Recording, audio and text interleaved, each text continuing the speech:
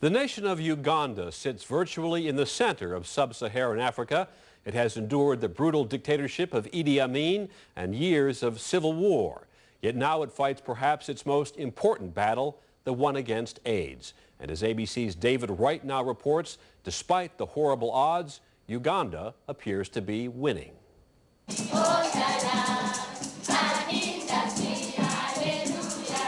At a daycare center in Kampala, the children rehearse for a concert. The President of the United States is coming, and they've been asked to sing. All of these kids have full-blown AIDS. Most have less than a year to live.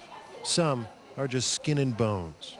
The UN estimates there are nearly 3 million children living with HIV/AIDS in Africa, 110,000 in Uganda alone. These are the lucky ones. At Jaja's home, they receive food, medicine, and love. But the teachers all know they will outlive every one of their charges. What's her name? She's called Sonia. Sonia is 15 months old. Both her parents are already dead. How do you keep from crying? How? Do you keep from crying? Of course you can't avoid the emotions, but you learn to live with them. You know, the greatest joy is knowing you're making a difference in a child's life for a period of time. Compassion, born of grim familiarity. Ask anyone in Uganda if they've lost a family member to the disease, and they'll usually name 3 or 4. That is why President Yoweri Museveni long ago made beating the disease not just a priority, but a national crusade.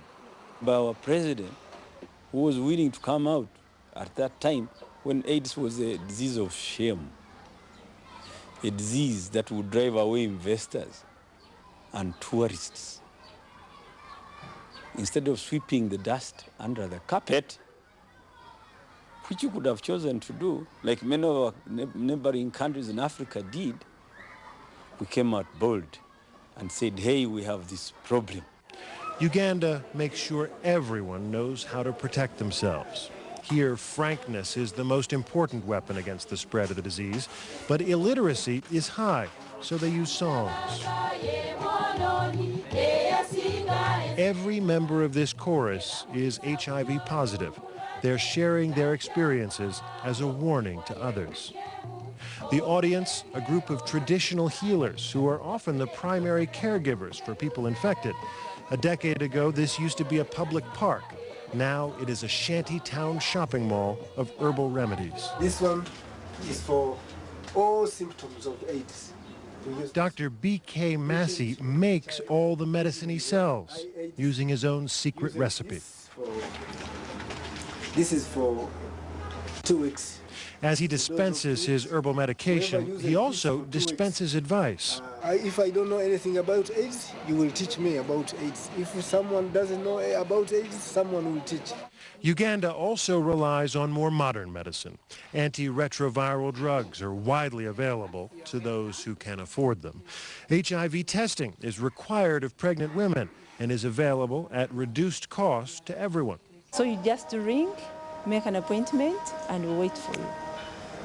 Any day of the week? Any day of the week, even on a Sunday, even on a public holiday. Uganda has also been at the forefront of the international effort to find a vaccine against AIDS. 4 years ago, this lab was the site of the first AIDS vaccine trials in Africa. Earlier this year, human trials began on 2 new vaccines. Uganda's all-out war against AIDS has shown dramatic results. A decade ago, the UN estimated that 1 in 5 people here were living with AIDS.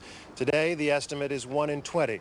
Of course, there's also a grim side to those statistics because it means so many people who were living with the virus have died. Nasiwa Matum has buried 9 children and 6 grandchildren. Half of the 15 surviving grandchildren are sick. She's 70 years old. She should be cared for. She should not have to care for so many. That's true, she says, but all my children have died.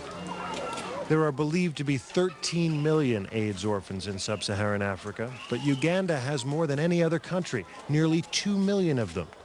These boys have no one but the neighbors to look after them.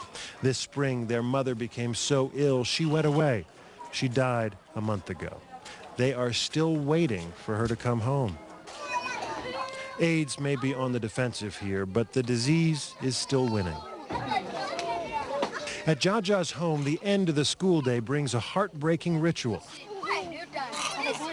As loving and as caring an environment as this place clearly is, one cannot help but watch this and think of the day not long from now when all these children will be gone for good. This is David Wright for Nightline in Kampala, Uganda.